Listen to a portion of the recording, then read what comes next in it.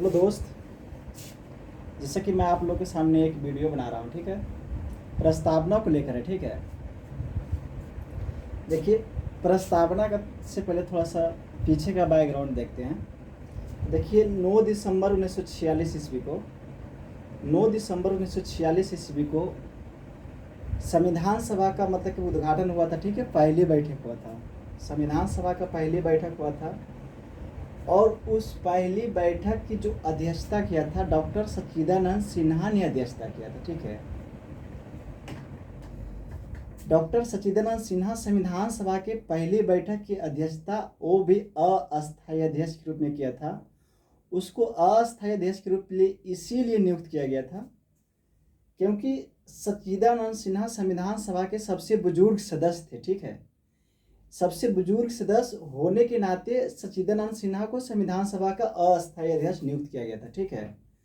जिस समय संविधान सभा का पहला बैठक हुआ था उसी समय संविधान निर्माण का उद्घाटन का डेट भी माना जाता है, ठीक है। पहली बात यह हुआ। दूसरी बात यह है कि 11 दिसंबर 1946 ईस्वी को 11 दिसंबर 1946 ईस्वी को संविधान सभा की दूसरी बैठक हुआ, ठीक है। और 11 दिसंबर 1946 को डॉक्टर राजेंद्र प्रसाद को सर्वसम्मति से संविधान सभा का अस्थायी अध्यक्ष नियुक्त किया, ठीक है। और संविधान के निर्माण की प्रक्रिया शुरू हो गया, ठीक है। संविधान सभा के अस्थायी अध्यक्ष डॉक्टर राजेंद्र प्रसाद को बनाया गया, ठीक है। वो भी सर्वसम्मति से बनाया गया था। 13 दिसंबर 1946 ईस्वी को, ये डेट बहुत इंपॉर्टेंट है। प्रस्तावना को लेकर मैं आप लोग के सामने एक वीडियो बना रहा हूँ।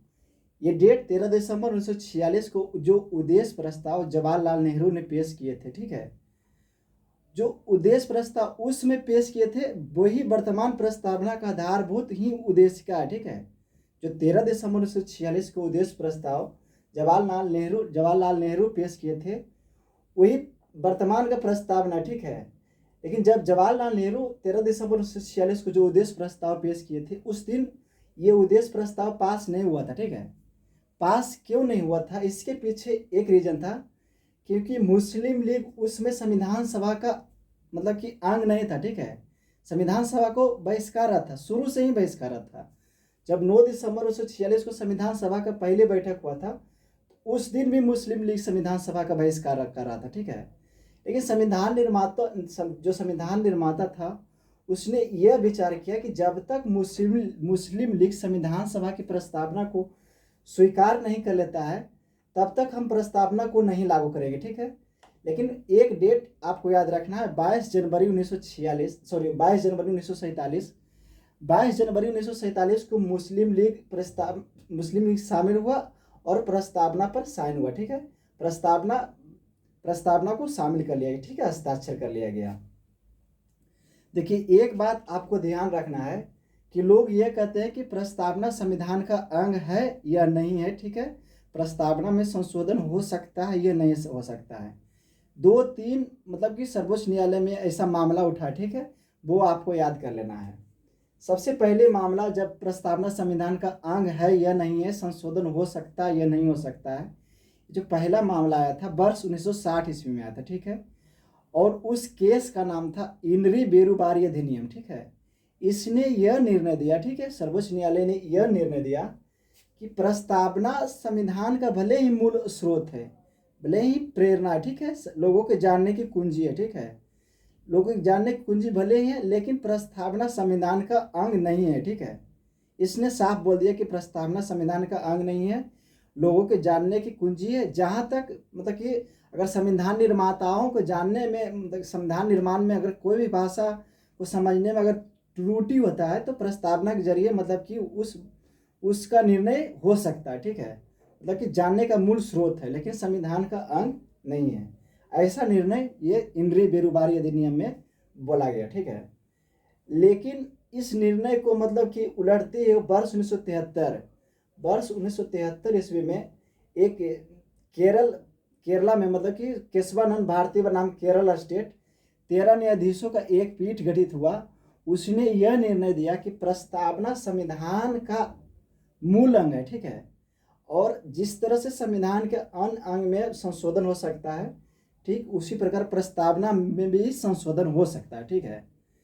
और लेकिन ये इसने एक बात और बोला कि संविधान में तो संशोधन हो, प्रस्तावना में तो संशोधन हो सकता है, लेकिन प्रस्तावना का जो मूल ढांचा है, ठीक है, उसमें किसी प्रकार का नुकसान नहीं होना चाहिए। और इसने एक बात और बोला कि प्रस्तावना न्याय योग नहीं है, मतलब कि आप जाके इसको सुप्रीम कोर्ट या हाई कोर्ट में आप चैलेंज नहीं दिया जा सकता है। जैसे कि आपको पता है ना कि जिसे राष्ट्र की नीति नहीं दे सकता तो न्याय योग नहीं है, ठीक है। प्रस्तावना को न्याय योग नहीं बताया। ये केशवानंद भारती बनाम केरला स्टेट के ये 13 न्यायाधीशों की पीठ ने यह निर्णय दिया, ठीक है।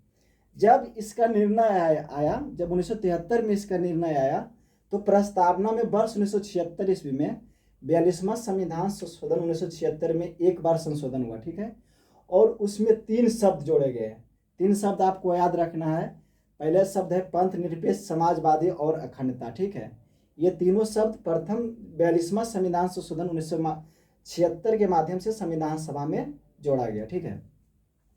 देखिए प्रस्तावना में, मतलब कि प्रस्तावना पर अगर टिप्पणी किया जाए तो सुभाष कश्यप ने यह कहा है कि प्रस्तावना मतलब अगर संविधान शरीर है तो प्रस्तावना उसका आधार है।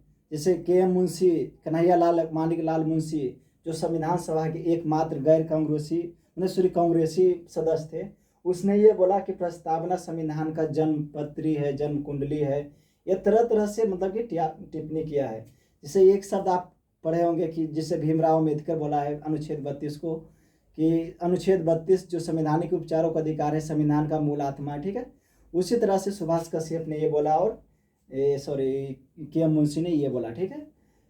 देखिए अब प्रस्तावना कहाँ से शुरू होता है उसके बारे में आपको बताता हूँ। देखिए प्रस्तावना हम भारत के लोग शब्दों से शुरू होता है और ये अपने आप में बहुत बड़ा शब्द है, ठीक है। हम भारत के लोग, मतलब कि भारत में जो शक्ति का मूल स्रोत है वो जनता है, ठीक है। भले ही आप लोग मानते हैं कि भारत में संविधान सर्वोच्च है, ठीक है, लेकिन उस शक्ति का मूल स्रोत जनता है, ठीक है। ये जो शब्द हम लिए हैं यूएनओ के चार्टर में जो उद्देश्य का वर्णन है, same to same as it is वही शब्द को हम वर्तमान अपने देश के प्रस्तावना में इसको शामिल। लाइट थोड़ा सा कट गया यार। उद्देश्य का में जो यूएनओ के जो चार्टर है ना, उसका शब्द हम लोग डायरेक्ट प्रस्तावना में हम लोग ग्रहण किए हैं, ठीक है। और एक शब्द से आपको रूबरू होना चाहिए कि प्रभुत्व संपन्न इसका क्या अर्थ है, ठीक है। प्रभुत्व संपन्न के मतलब हुआ कि भारत अपने आंतरिक और विदेशी मामले में किसी प्रकार कोई हस्तक्षेप नहीं डाल सकता, स्वतंत्र है, ठीक है। कोई भी निर्णय भारत ले सकता है, किसी देश से संधि कर सकता है, किसी देश से मित्रता कर सकता है, या कोई युद्ध में खुद की मर्जी से युद्ध में शामिल हो सकता है, या तो कॉमनवेल्थ का सदस्य हो सकता है या कॉमनवेल्थ का सदस्य हट सकता है। मतलब इसका आंतरिक या बाहरी मामले में निर्णय लेने का भारत खुद अधिकार है, क्योंकि भारत के पास एक खुद का राज्य है, ठीक है। और इस राज्य का निर्माण किस तरह से किया जाएगा इसका निर्णय खुद ले सकता है, ठीक है। इसमें किसी तरह से बाहरी हस्तक्षेप नहीं डाला जा सकता, ठीक है। एक शब्द आपको समाजवादी, जिसे हम 42वें संविधान संशोधन 1976 में जोड़ा है, ठीक है। 42वें संविधान संशोधन प्रथम बार संशोधन हुआ था। समाजवादी का क्या अर्थ हुआ? भारत का जो समाजवाद है लोकतांत्रिक समाजवाद है, ठीक है। देखिए समाजवादी और साम्यवादी में एक बहुत बड़ा फर्क है। साम्यवादी जहाँ तक होता है कि इसमें राज्य का जो नियंत्रण बहुत ज़्यादा होता है, कठोर होता है, ठीक है। वहीं समाजवादी की बात करें तो राज्य का नियंत्रण थोड़ा सा कम होता है। जैसे कि आप लोग पढ़ेंगे कि भारत की अर्थव्यवस्था मिश्रित अर्थव्यवस्था है, यानी समाजवाद और साम्यवादी के बीच का अर्थव्यवस्था भारत ने अपनाया है, ठीक है। तो समाजवाद में जो होता है उसमें नियंत्रण जो राज्य का थोड़ा सा कम होता है, वहीं साम्यवादी में राज्य का नियंत्रण थोड़ा सा कठोर होता है। लेकिन भारत का समाजवाद लोकतांत्रिक समाजवाद अपनाया गया, ठीक है। मैं आज यहाँ तक कितना हुआ है 9 मिनट, ये वीडियो मैं यहाँ तक विश्राम करता हूँ। आगे का मैं आप लोग को वीडियो मिलते रहेगा, ठीक है। आगे का वीडियो मैं आप लोग को दूंगा, ठीक है। थैंक यू दोस्त।